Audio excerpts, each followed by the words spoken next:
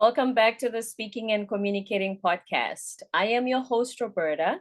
If you're looking to improve your communication skills, both professionally and personally, this is the podcast you should be listening to. Don't forget to subscribe, give a rating, and a review by the end of this episode.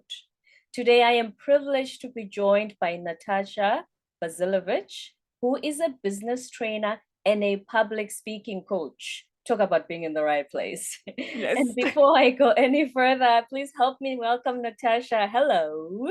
Hello. Thank you, Roberta, for having me. I'm so happy that you are here because, like I said, you're in the right place. It's like you've come home. Exactly. It's like I came home. I always love talking to someone who is passionate about public speaking because that's my passion.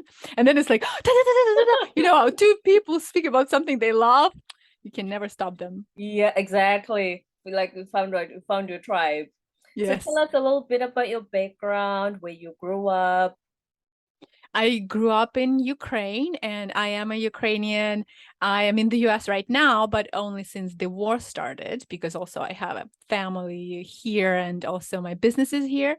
But yes, my heart and my nationality is there in Ukraine. I always was teaching. I started teaching 22 years ago when I graduated from the university. And I studied training and teaching business skills 15 years ago after I got my MBA. But only 7 years ago, when I started my business, I started creating online courses and teaching presentation skills and public speaking skills to entrepreneurs and executives, helping them speak with power and with confidence. First, let's talk about the war. I'm really sorry. Yes, And thank it you. must be heartbreaking that you still have family there. Did you say all your family is still there? Yes, my whole family, people who are here in the US, in Minnesota, they are not really my blood relatives, but they are my friends of 22 years. So that's why they are like my family.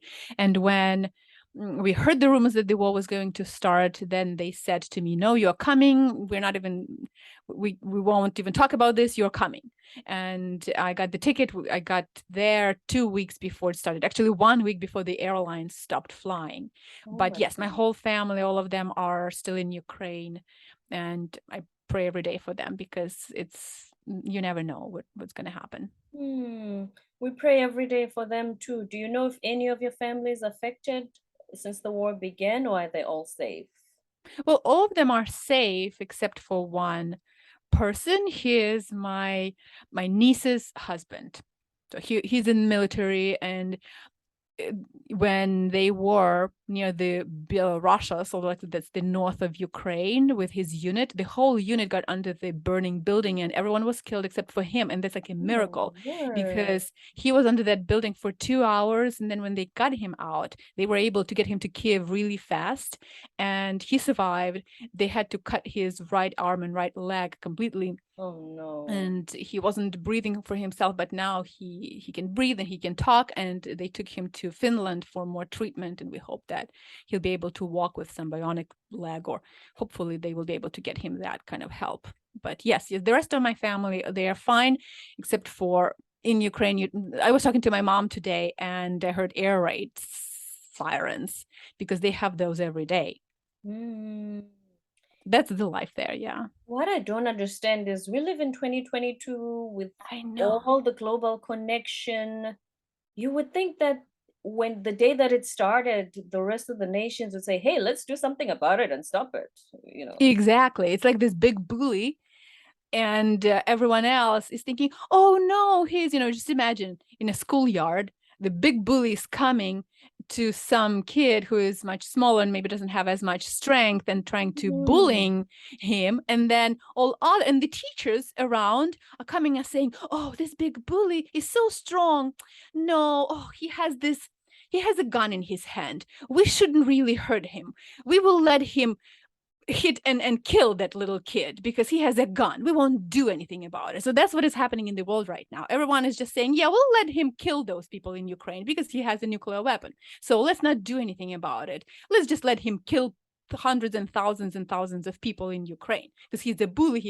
He is stronger than us, and that's also ridiculous. He's not stronger than all other NATO nations.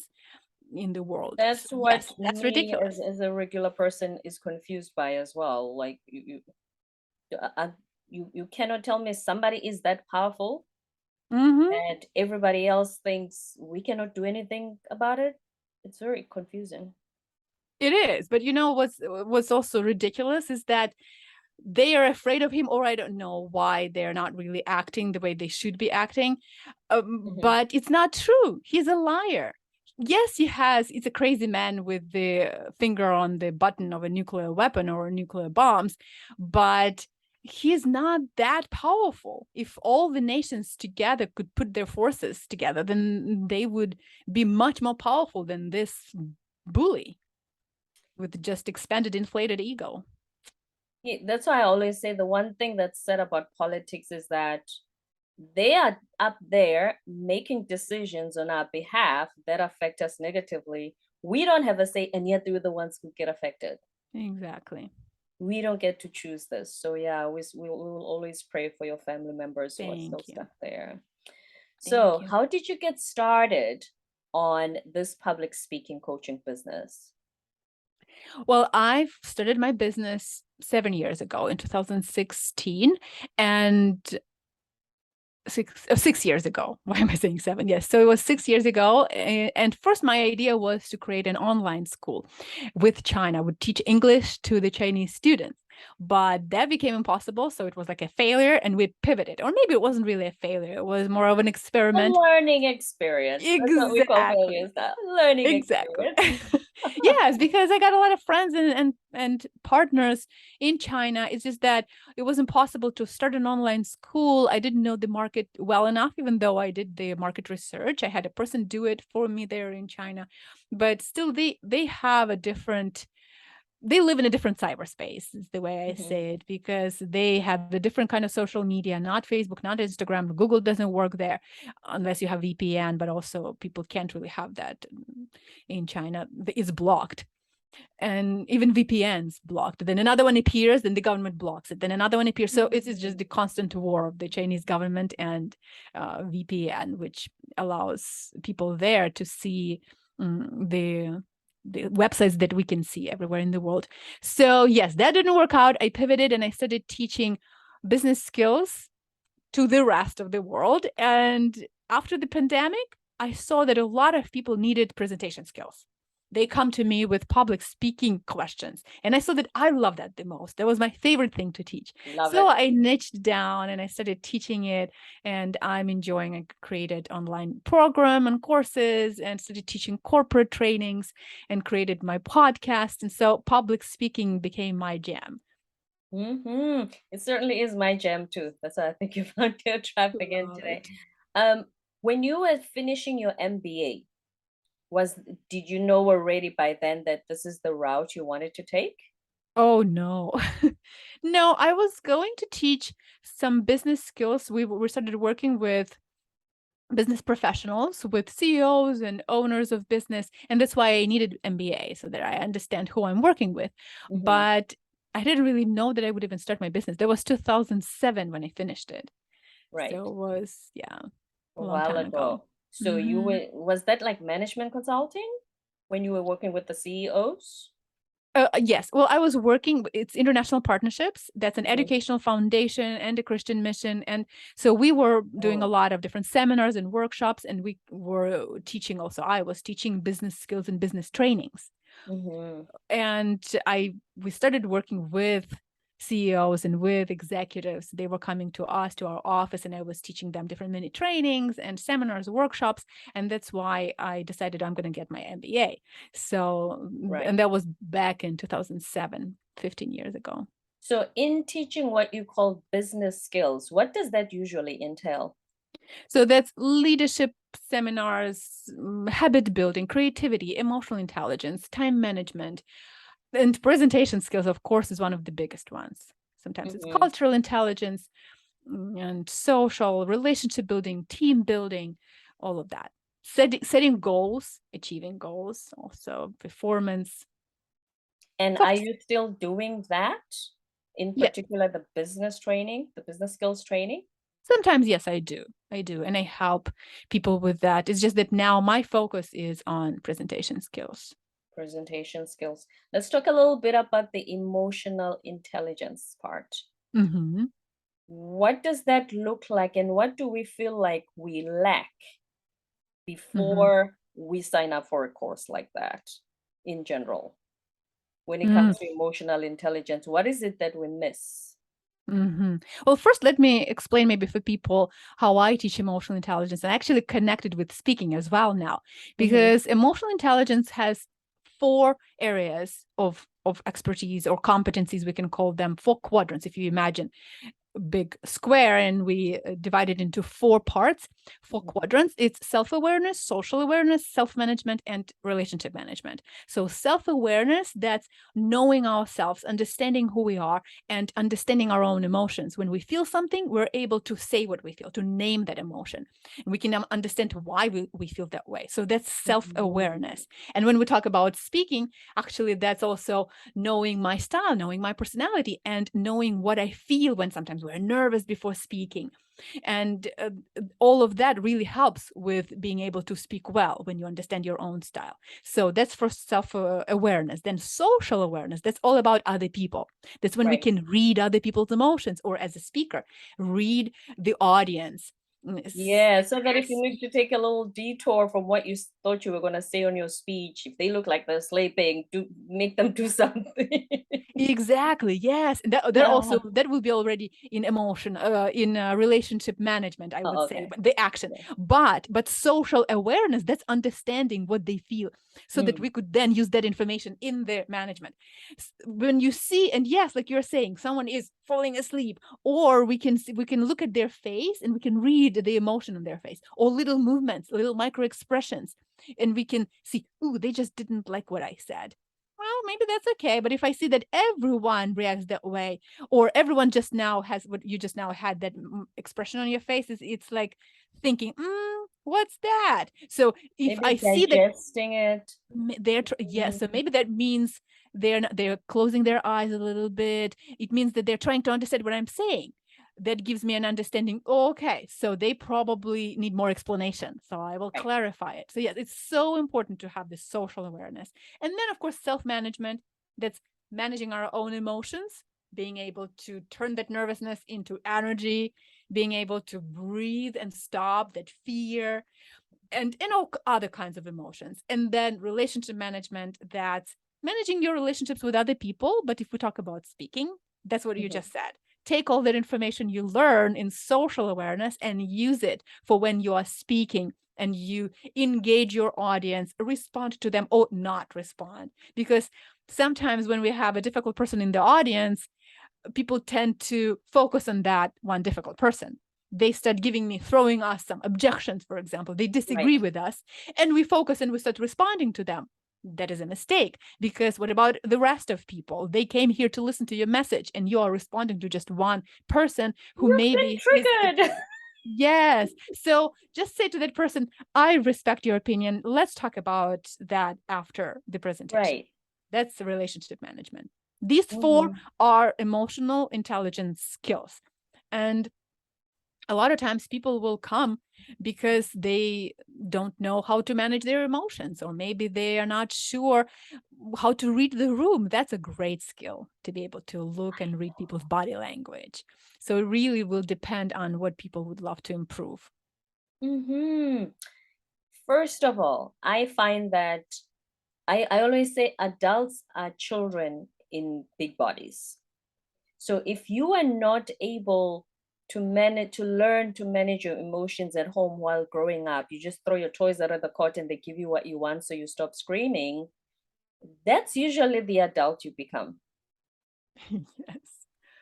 Instead of Yeah, just saying, that's true. okay, sit down, Natasha, take a deep breath, explain to me what's going on. Mhm. That's usually also the adult you become, especially when you work with people. Now, with social awareness, do you think that's decreasing based on the culture we live in of we're always looking down on our phones? We don't even see the person walking across us You mean nowadays nowadays. people are Yeah. less social aware?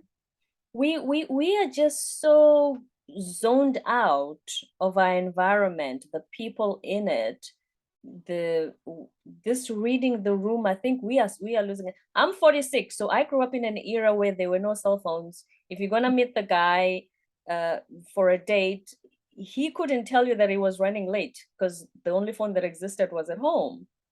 So I've lived in both worlds where there's technology and there wasn't much of it. And it, for me, I'm still getting accustomed to this idea of you ignore everybody and just look down and texting the whole time. Everyone Yeah, around you yeah. just doesn't exist. That's true. That is a fact that now there's more of this. And but it is in itself is certain sign when people ignore you and they just look down and maybe they're not interested. On the other hand, I had a different experience when the person who was mostly in their phone during my presentation, and I thought, and you know how sometimes we're triggered, oh, they're not interested, they're in their phone. Don't get triggered by that. Just give you a message, focus on giving a message the best way you can, because actually later that person came to me and asked most questions and looked most interested. It's just that The at one that was on the phone?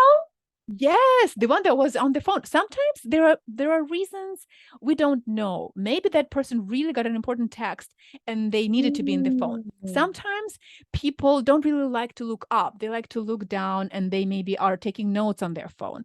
Sometimes they just like to, they're kinesthetic learners, so they need to do something with their fingers. So they were just maybe doing whatever, looking through something on their phone plus, but they were listening. So we don't know and we assume and then get upset, frustrated, get distracted from our message and fail with our presentation. So it's really important to take all of that into consideration. Although it's important, of course, to know how to read different expressions, movements, actions, facial expressions, everything, body language, so that we could understand and modify our speech and our presentation accordingly. That is amazing, even for me, because I'll be honest, if somebody pulls up their phone, I'm thinking, is my message really that boring today for them? But also in order to try and not be so triggered, because remember, if it's 100 people, it's just that one person, the other 99 are still listening. You don't want to ruin everything just for the one. Yeah. Yes. Yeah. And so stick to your message. If you believe in it, it will benefit. And so other people are different. Others receive a message by listening, some being distracted and some paying attention to something else, but they're still listening. You never know. Yes, that's true.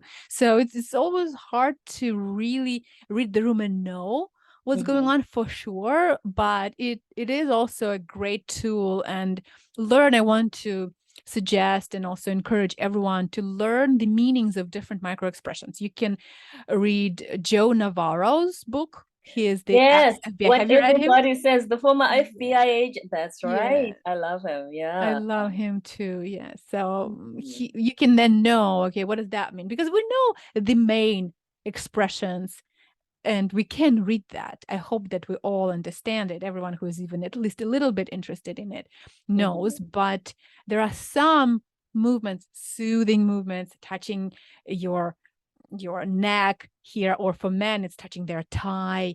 We know that this is a soothing movement, that it means that they're a little nervous, they're not sure in themselves or in the message, or even if it's in the audience, that they are disturbed a little bit by what we're talking about if they're touching their thigh.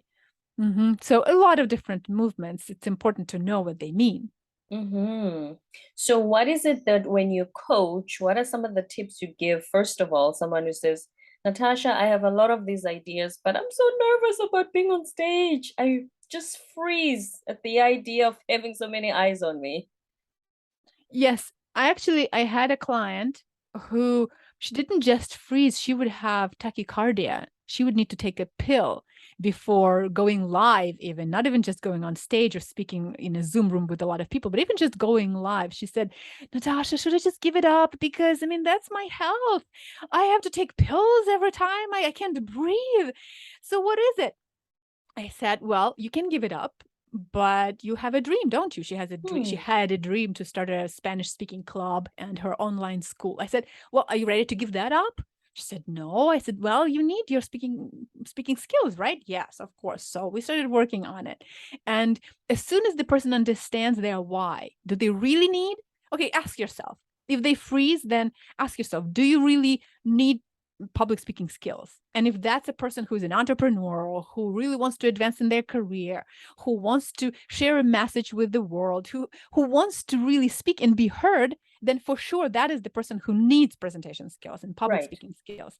And that's why it's totally possible to work on it. So always remind yourself your why, and then remind yourself that this is not about you. A lot of times we're nervous, we're afraid because we focus too much on ourselves. Oh, Mhm. how do I look? Oh, I will fail. Oh, they won't like me. Forget about you. Think about You'll your be such a audience. narcissist. That's what Yes, my brother always says. exactly.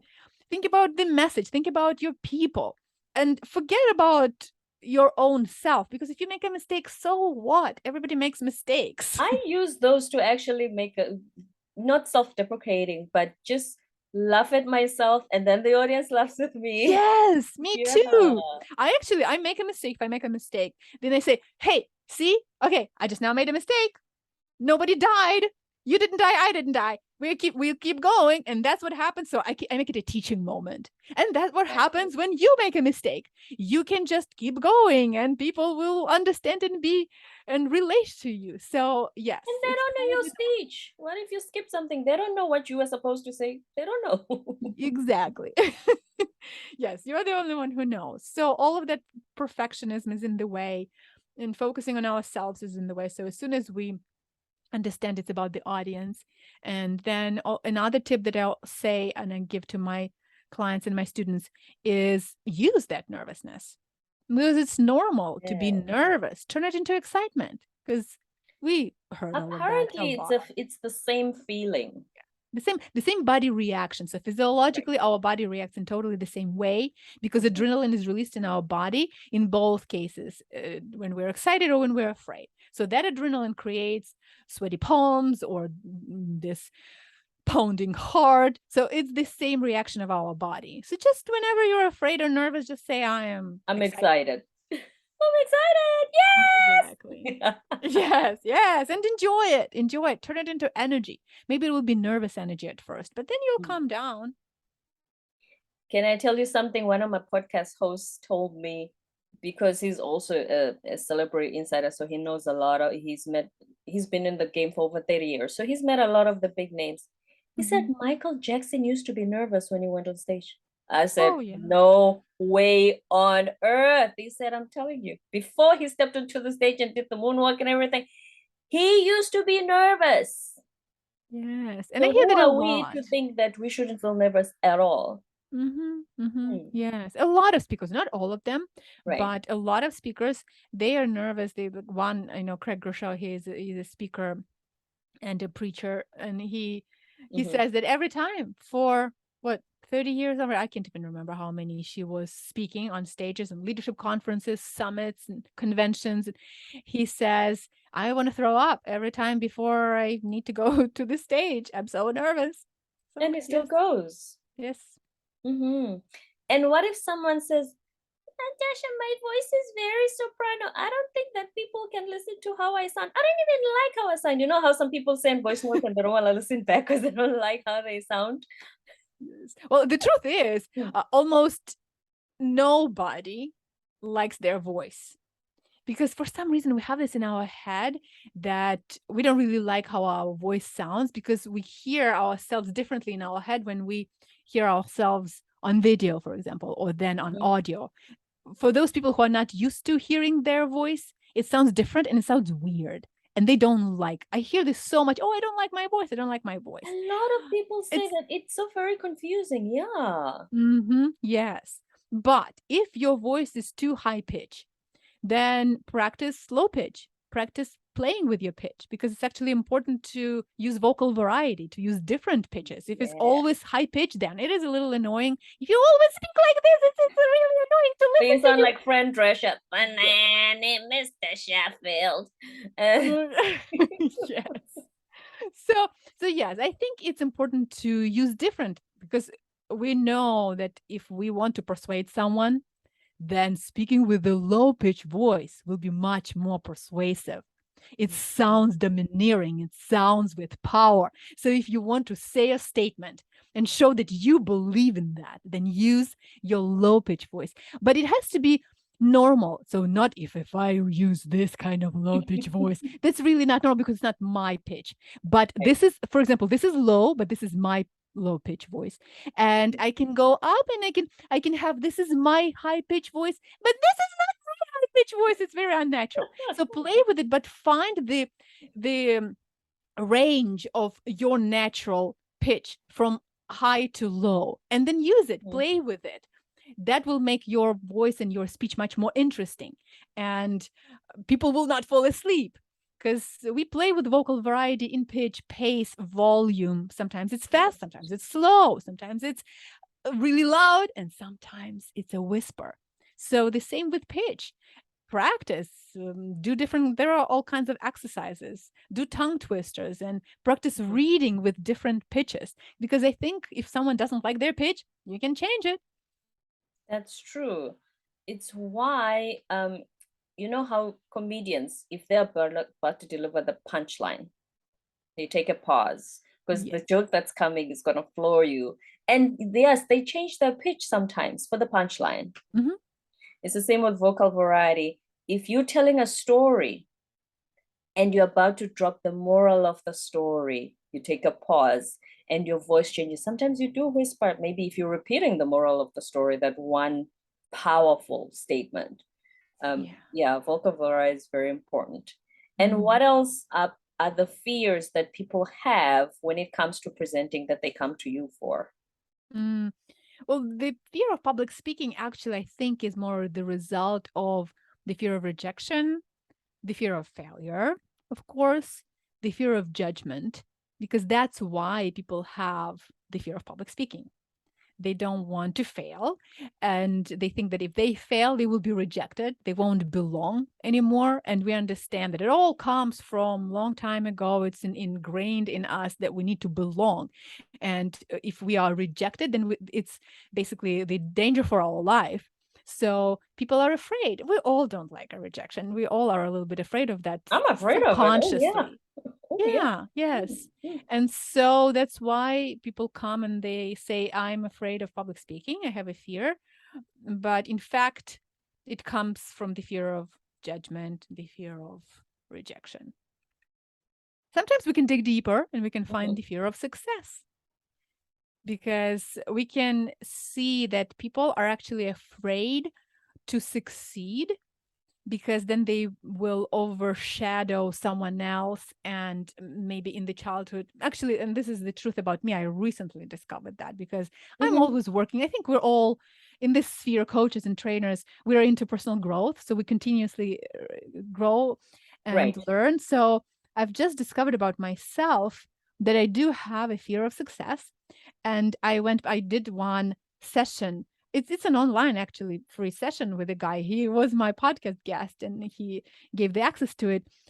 And I went back into my childhood with that session. And I found out that when I was little and I succeeded, it was first grade, and I succeeded there. I was one of the best in the class. And I experienced, during that session, I experienced the feeling of fear that now everybody hates me. Everyone hates me, because you know how sometimes in school, those who are first and the best, everyone is like, oh, I'm not gonna eat lunch with you. Oh yeah. Yes. So it's like you're ostracized. It's like no one really likes you. No one wants you because you just now won, and they maybe wanted to, they didn't get what you got. And so I remember that feeling. And then they're gonna say Natasha thinks she's better. Yes. Oh, she thinks she's better than us. Well, I never really experienced it, but now you know how it is. We don't even know what we felt in childhood, but our subconscious mind remembers. So that's what I uncovered recently. And then now I know, I understand that it really was with me all the time, because then I didn't really want to overshadow my brother. I never wanted to win when he would lose. I always would lose because I wanted him to win. Because I love him and I wanted him to win. Then with some of my friends, I didn't want to overshadow them because I didn't want them to maybe dislike me or hate me. And sometimes I would hold back and I wouldn't succeed as much as I could because of that fear that, oh, they will hate me. Oh, what if they don't like me? What if there's a danger for me that I would be better than others? So it is really important to dig deep and to understand what is the root of those fears. And the fear of public speaking, like I said, it could be just the top of the iceberg. That is so powerful, and I'm glad you got to unpack that for yourself. Mm-hmm. Because just like you said earlier, that we are all looking for belonging in a group, in Yeah, a tribe. We don't want to be, you know how they say it's lonely at the top. You want to be at the top, but you don't want to be lonely. You want to have exactly. you want to have Yes, your own tribe. So if that's what it's gonna mean, if you succeed, that you're gonna be lonely, and by overshadowing anyone, obviously subconsciously you might not want to go for that. exactly. Yes. And that is the reason a lot for a lot of people, actually. And I never Mm-hmm. thought of that until I started really studying this and discovering that. Right. So the kind of business clients who come to you for presentation skills, what are the reasons that they give for needing those? Because they've been trained on IT, and like I have IT clients as well. When they come to you, what do they say is the reason they need to learn presentation skills? There are various reasons. Some of them are in IT and they're very introverted and they are maybe shy and need to speak about their products, need to be able to present. And of course, that's why they need presentation skills. But then there are others who are great at speaking. They are CEOs, they're executives, they are sales managers, they've been speaking, but they really need clarity and structure for their speech because they could speak Hmm. on and on and on, and they need to They're be all over the place. concise all over the place. Exactly. They need to know how to structure it, how to have one main idea, how to make it really clear and concise. So there are different people. I've worked with executives, with owners of business, with top managers, and with also people who are in IT, who are just technical specialists that are sitting at their computer, and only sometimes they do presentations of the product to people, to clients, and they also need presentation skills. Entrepreneurs who want to share their message, coaches and entrepreneurs who have an idea and a lot of times in the area of education or of knowledge, and they want to speak about their services. And Right. you know that we all need to speak about that. If we don't talk about what we offer, then people will not know about us. And so I help those people as well, help them bring their message out into the world, share it online, offline, but speak about it. When I started this podcast, because I have a 15-year corporate, but I spent almost 10 years with engineers since back in the 90s. And that was eye-opening for me to realize that, hey, wait a minute, my boss is not the smartest guy. Oh, but because he was willing to speak is the reason he's the director of our division. Because then clients can easily speak to him. He doesn't even bid for jobs sometimes. They just give it to because they like working with him as a person. The Mhm. technical skills are held by his team. He knows who to delegate it to, things like that. So the higher you go, the less the technical work you do when managing of people. So you need remember the quadrant, the relationship Mhm. management. You need that. Mhm. Yeah. Yes, for sure. Because people, even if they want to be promoted, to get to the next job or to find a different job, and you go to a job interview, you need to Mhm. speak. That's when you Right. need to have great presentation skills. You present yourself, you sell yourself, and you'll need to be able to talk so well that people will want you in their company. So all of that really comes with great presentation skills. Mm-hmm. I've interviewed an interview coach once, and she said in her years in HR, over 20 years, she had seen people who were brilliant, graduated magna cum laude, could not speak at the interview, and that's why they didn't get the job. Can you imagine how sad Yeah. that is? You can see this person is brilliant, I but know. they don't know how to articulate, because she says our job as an interview panel is to say, you've given me the piece of paper, I like what's written on it, now talk me through it. Yes. But the person doesn't know how to articulate that, even though they're brilliant. It's actually, hmm she said it was so sad to witness It every single is. time that happened. Yeah. Wow, when you think about this, and they lose the opportunity, and the Hmm. world. is deprived. The company is deprived because of that. And absolutely, can you imagine how our job is important It to really help people with is. public speaking, with presentation skills, so that they could get the job, so they could help the world. And that's why I started this podcast. Actually, one of my earlier uh, episodes was me just talking through this experience of my corporate background. Now, I always say in this podcast, communication skills help you professionally and personally. We've spoken on the professional side. How do they help you personally? If you were to have emotional intelligence, relationship management skills, how will that benefit you personally? Well, as we know, all of our life is relationships.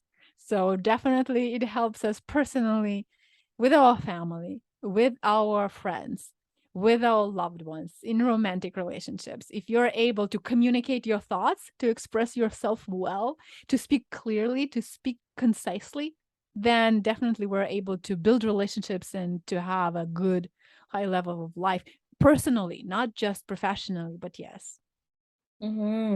Because I don't know if you're married, but dating can be quite tricky these days. Oh, yes. No, I'm not married and I don't even have time for dating right now. But yes, I would say all my life, my personal life and my professional life, it's all about speaking and it's all about relationships. Right, Or we could say it's all about relationships, but what is relationship is when we speak to different people. You can't have a relationship if you don't speak to someone. I mean, you can write to each other, but that's still not enough. Even writing is certain kind of communication. You still need to present yourself in a way. right. But anyway, you would need to still speak on the phone, on Mhm. Zoom, or hopefully Finally meet in in person. person. There's no more Yes. lockdown. Yeah. Yes. So it's all relationships are about speaking and all life is about relationships. So there we go. Very beneficial if we can master these skills. Yeah. Now, before we close, what have you realized is the importance or the power of storytelling when you're Mm. doing a presentation? I think I would be preaching to a choir or repeating or maybe even being too obvious when I say that we all know that stories are powerful in any presentation. And sometimes we think that stories are just about some personal presentations or some inspirational speeches. But I saw that actually in business, storytelling is really powerful when you talk about numbers, or it seems like you have to give some dry facts and you're giving this business presentation to the board and all you need to do is report certain statistics, certain numbers. But if you add a story in there, then people actually will listen and people will remember your presentation. Because if you don't, then they will just listen to it and just because they have to. If you add a story, then that will be the presentation they will remember. It Add humanizes the idea that Yes, and make Mhm. the story about the company, about the projects, about something that happened, that what you are reporting. So it's not just some kind of, okay, let me tell you what happened to me yesterday. Ha ha ha. No, make it really relevant to what you are speaking about. But stories, as we know also from Made to Stick, maybe you read the book Made to Stick with Chip and Dan Heath by Chip I've and heard Dan. of it. I haven't read it yet. I'm gonna look So it up. one of there are 6 principles of a sticky message, a message that people will remember.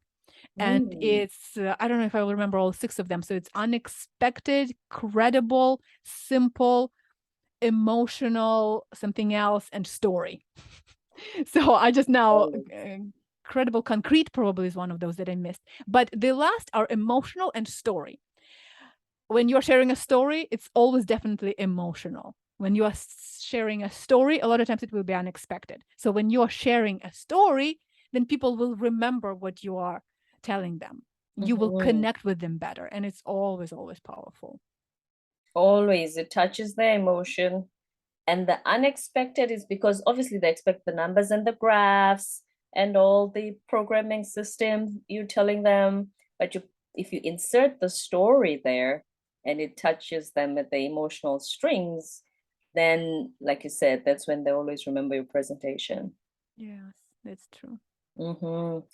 Last words of wisdom, Natasha, before we ask you for social media handles. What do you want people to know when it comes to wanting to be a public speaker, but they have these fears you spoke about earlier? I want people to know, I want you guys to know that there is something in your heart right now. If you don't know, you can dig deeper and you will find it.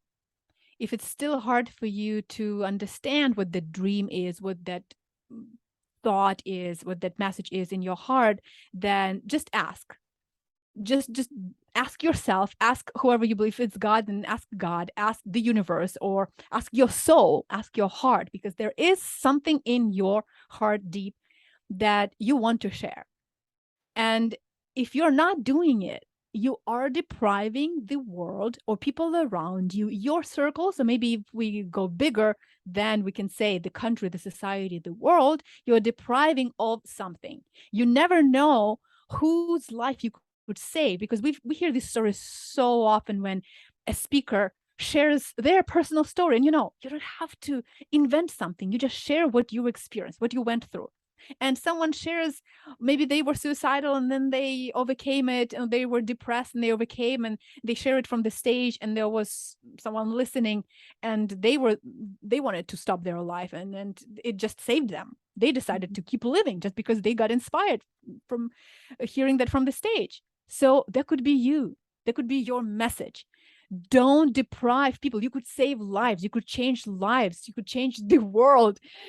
Yes, it might be an overused phrase, but it is true. So I always say, share that message. Speak. Always speak with power. Speak with power, Natasha Bazilevych. Based on that, I've always heard the thing you are afraid to talk about the most, which you feel is a skeleton in my closet, that's what's going to connect with your audience and be your Yes, story. that is true. Natasha, thank you so much for being here today. This has been such a wonderful conversation. Yes.